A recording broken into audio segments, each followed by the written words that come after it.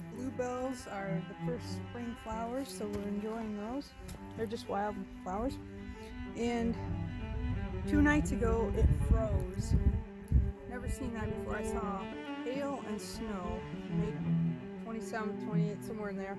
So I kept all my plants and I didn't plant anything until today. And then I planted my whole garden. So it's almost all totally done. So you're tired. It's been a long day. I'm probably pretty dirty. I'm going to show you real quick what I did. These guys are rutabagas and turnips, and they were already sprouted, so I planted them like that. And these are the seeds I planted. I don't plant a lot by seed, I don't like to, but here's red beets. This is Swiss chard that was already planted, and this is Swiss chard seed. This is turnip greens. I like turnip greens a lot. So there's a plant by seed, the red beets by seed. There's some herbs and some lettuce. What was this? More Swiss chard. And this one, so this one seeds with the seed and water.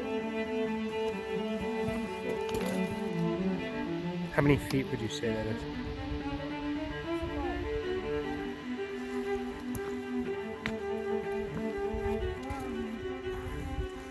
Strawberries are still under their remade. They're doing all right, keeping a little warm under there. And then I planted the cucumbers and tomatoes are in there.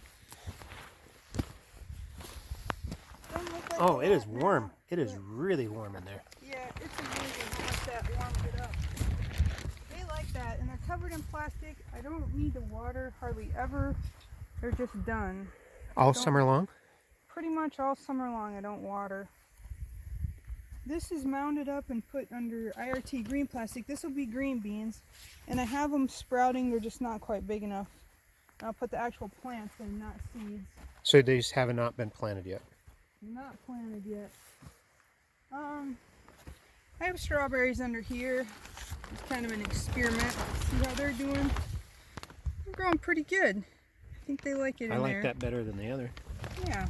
Let's see what happens.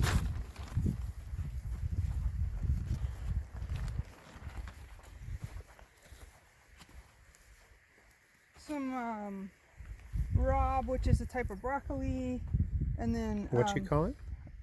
Rab, R-A-B, something like that. I never grew it before. Chinese cabbage. I really like Chinese cabbage. So again, I'm planting all these things. So I'm going to show you kind of how I do it. I sprout the seeds in these containers, right? And this is kohlrabi. You can plant the seed in the garden, but I like to plant the plants for a lot of reasons. One, because it gives them a heads up over the weeds. Two, you get your plant spacing pretty good, because plant spacing can have a lot to do with your harvest. You don't want them too close, you don't want them too far. Some people actually measure so they get it perfect. And then, it ensures a crop. Here in Alaska, our growing season is so short. If I plant seeds and they don't come up, and I'm not going to know for a couple weeks maybe if they didn't come up, and then by then it's almost too late to get your crop. So I do maybe more than most people planting little plants like that. See, that's done. They're ahead of the weeds.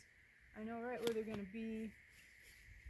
It's just all done, so I like to do it that way. Show you what else I got going here. So what was that again? Kohlrabi. Kohlrabi. We really like kohlrabi. They're kind of like a round, hard cabbage almost, but it's so good fresh. We really like it. And the vegetables here in Alaska, because of our long sunlight, they get sweeter. So the kohlrabi is really good. This area is Joanna's, and she planted her flowers. She's got all different types of flowers. Kids always like flowers. They like the bachelor's buttons, and the snapdragons, bachelor's buttons, daisies. Sunflowers. She did a lot of sunflowers, right? Yeah, those are in the middle. It's kind of hard to see because they're small. Here I have my cabbage and broccoli. The potatoes I marked with sticks because so I know where I planted them. I can water them. I'm going to show you how I plant things by seed. This is parsnips. I never grew it before, but it's kind of like carrots, only the seeds are quite a bit different. Adam helped me plant the carrots this way, and this is how we do our seeds. We just kind of, I like to grow things in an area. I know a lot of people do a row, and that's fine. It's just a personal preference. I think you get more out of an area when you grow, you know, just a solid block. So I just brush the dirt away, brush them back on top, and then I like to pat it down a little bit. You want to get as much soil contacting your seed as possible. So then I would just go to the next section. That's more.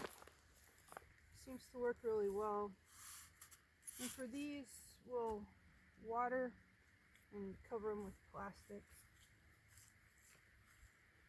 And yeah, works pretty good. There was the year Joanna was little and she took the what was that seed she grabbed? Cilantro. The wind took it. She just threw it. Man, I had cilantro all over the garden that year. It was really funny. Well, that's how I plant by seed, and I'll finish that out. Cover it with the plastic. You water it and then cover it with the plastic. Yeah, and the plastic is just till the seeds germinate, because it can get too hot under there to kill the little plants. So if you do it that way, you have to keep an eye on it. So like I have my carrots under here, and in a week or so I'll start peeking under there, see if they're turning green yet. And once you see the plants, you have to pull the plastic off.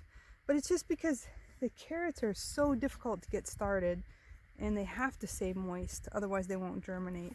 So my mom would cover them with a board. She'd do a row, and that worked well, and the plastic works pretty well. You can see it's already getting moist under there. Wow, it really is. It's already Look at that. trapping the moisture, and then it'll just Wow, we condense. just did that 4 hours ago. That's interesting. Yeah, works really well.